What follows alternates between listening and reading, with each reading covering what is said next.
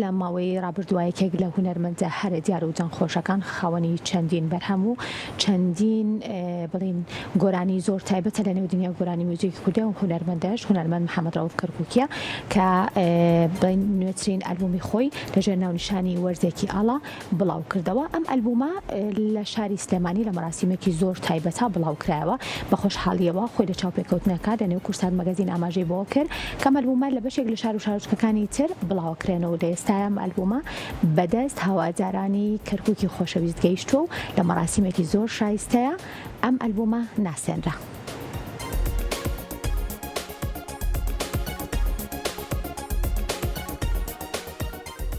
لە هۆڵی سنتەری ڕۆشنبیری کەرکووک مەراسیمێک لەلایەن بەڕێوەبەرایەتی ڕۆشنبیری و هونەری سەر بە بەڕێوەبەرایەتی گشتی ڕۆشنبیری و هونەری سلێمانی بە ناوی وەرزێکی ئاڵ ڕێکخرا بوو.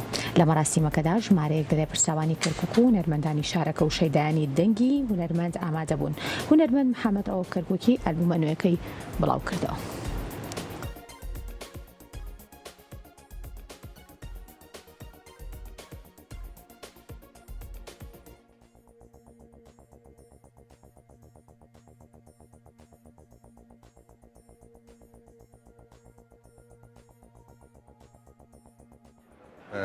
دیارە سێهەم دیداری بڵاوکردنەوەی ئەلبومی وەرزێکی ئاڵ لە شارە خۆشەویستەکەی کەرکووک ئەو شاریکەتیایە لەدایک بووم. سێهەم دیدارمان هێنا بۆ ئێرە بە هاوکاری بەشی ڕۆشنبیری هونەری کەرکووک لێرەوە زۆر سوپاسیانەکەم کە هاوکارم بوون بۆ ئەوەی مەراسیمی ئەم ئەلبومە لە شاری کەرکووک بە هاوکاری ئەوان بیکەین.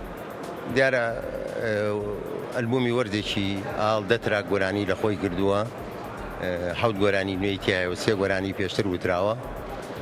هەوڵم داوە لەگەڵ کۆمەڵێ شاعری تازە بۆ یەکەم جار کاریان لەگەڵا بکەم، ینی شارەکانیانم وەرگردو کردو من بە گۆرانی. وەروەها لە ڕووی ئامادەکردنی مۆزیکەوە مۆزیکەکان تەختی شەرقی و تەڕەبی و پاپسونەتیە. وەروەها گۆرانیشی بەرزی مامۆستا عەلی مەردانم وتۆتەوە و کاری ڤیدیۆ کلیپشم بۆ کردووە. و دوو گۆرانی تریش پێشتر هەم فۆلکلۆر و پێشتر گۆرانیشی کاک مەهدی حوجە سادات بە مۆزیکی تازە وتومانێتەوە.